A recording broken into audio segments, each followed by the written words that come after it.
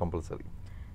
ఇప్పుడు ఒక జవాన్ బార్డర్లో ఉన్నారనుకోండి, అంటే ఒక లైన్గా ఉంటారు. దెన్ దాని తర్వాత నెక్స్ట్ ఉండే వాళ్ళకి ఎంత రేంజ్ ఉంటుందండి? ఎందుకంటే వెంటనే ఇంకోళ్ళని పెట్టలేము మనం. అండ్ వీళ్ళ దగ్గర ఉన్న సామాన్లు అయిపోయాయి అనుకోండి, ఆ టైంలో ఎలా సప్లై చేస్తారు వీళ్ళు? వీటిని బంకర్స్లో ఉంటామండి మేము ఉండేటువంటిది ఏంటి అంటే బంకర్స్ అండి. ఈ బంకర్కి నెక్స్ట్ జవాన్కి ఎంత డిస్టెన్స్ అన్నదానికి స్టాండర్డ్ లేదండి. 10 మీటర్ల దూరంలో ఉండాలి, 5 మీటర్ల దూరంలో ఉండాలి. మేము దీన్ని ఎలా కవర్ చేస్తామంటే లైన్ ఆఫ్ ఫైర్ అంటామండి. ఒక ఫైర్ అండి, అంటే నేను ఇక్కడ ఈ బంకర్లో ఉన్నానంటే ఇక్కడ ఫైర్ చేస్తూ ఉంటే ఇక్కడ నుంచి ఎవడో క్రాస్ అవ్వకూడదు. ఇంకా నేను ఫైర్ చేస్తూనే ఉంటాను, ఎవడొచ్చినా దాన్ని కొట్టేస్తాను. ఇప్పుడు నేను ఎంత కవర్ చేయగలను? 100 మీటర్స్ కవర్ చేయగలనా, 200 మీటర్స్ కవర్ చేయగలనా, ఎంత కవర్ చేయగలను, నా దగ్గర ఉన్నటువంటి టైప్ ఆఫ్ వెపన్ ఏంటి అన్న దాని మీద నెక్స్ట్ పర్సన్ పెడతాం. ఈ బంకర్కి మధ్య మళ్ళీ కమ్యూనికేషన్ టన్నల్స్ ఉంటాయండి. టన్నల్స్ అంటే పైకి వస్తే కాల్చేస్తాడు వాడు. కాబట్టి ఈ బంకర్స్లోనే ఏంటంటే టన్నల్స్ ఉంటాయి.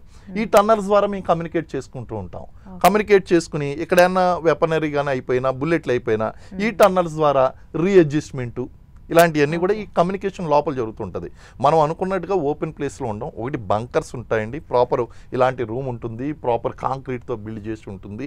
అందులో వాళ్ళు చిన్న హోల్స్లో పెట్టుకుని కాలుస్తూ ఉంటారు. వాళ్ళ ఎదురుగా వచ్చేటువంటి ప్లేస్ని లైన్ ఆఫ్ ఫైర్తో కవర్ చేస్తూ ఉంటారు. ఈ బంకర్కి మధ్య టన్నల్స్ ఉంటాయి, టన్నల్స్లో కమ్యూనికేట్ అవుతూ ఉంటారు. అలాగే బంకర్స్కి మధ్య కమ్యూనికేషన్ ఉంటుంది, టెలిఫోన్ లైన్స్, వాటిలో మాట్లాడుకుంటూ ఉంటాము. సరిహద్దు ప్రాంతాలంతా సేమ్ ప్రొసీజర్ ఉంటుందా? ఏదండి?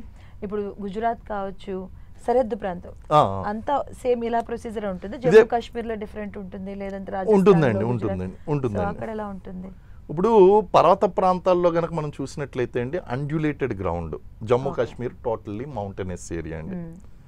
ఈవెన్ ఆ మౌంటైనరియస్ ఏరియాస్లో కూడా సీజన్ బట్టి కూడా మా డిప్లాయ్మెంట్ మారిపోతూ ఉంటుంది. ఇప్పుడు కొన్ని సీజన్స్ ఉన్నాయండి, ఆ సీజన్స్ లో మంచు పడినటువంటి టైంలో చూడండి, కార్గిల్ వార్ జరగడానికి అదే కారణం, అదే రీజన్ అండి. ఏంటంటే ఆ ప్లేసెస్ మేము ఆక్యుపైడ్, ఎవరు నరమానవుడు అనేటువంటి వాళ్ళు పర్మనెంట్ గా అక్కడ ఉండలేరు. మరి ఒకప్పుడు సియాచిన్లో కూడా మనం లేము.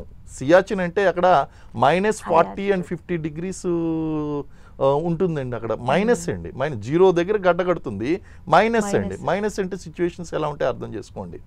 మరి ఎప్పుడైతే మనకి ఆపరేషన్ మ్యాగ్దూద్ లాంచ్ చేయవలసి వచ్చిందో సియాచిన్ గ్లేషియర్లో, ఎనిమీస్ ఆక్యుపై చేశారు. మనం ఆ ప్రాంతాన్ని ఆక్యుపై చేసుకోవడానికి మనం వెళ్ళి యుద్ధం చేసి ఈ రోజు వరకు కూడా మనం ఆ ప్లేస్ని పర్మనెంట్గా గార్డ్ చేస్తున్నాం అండి. సియాచిన్ గ్లేషియర్ అంటే ఇంకా మోస్ట్ టఫెస్ట్ ప్లేస్ అండి ఇన్ ద వరల్డ్. ఎందుకంటే అక్కడ కేవలం మనం ఎనిమితోనే పోరాటం కాదు, అక్కడ ఉన్నటువంటి వెదర్ కండిషను, క్లైమేటిక్ కండిషన్స్తో ఫైట్ చేయవలసి ఉంటుందండి.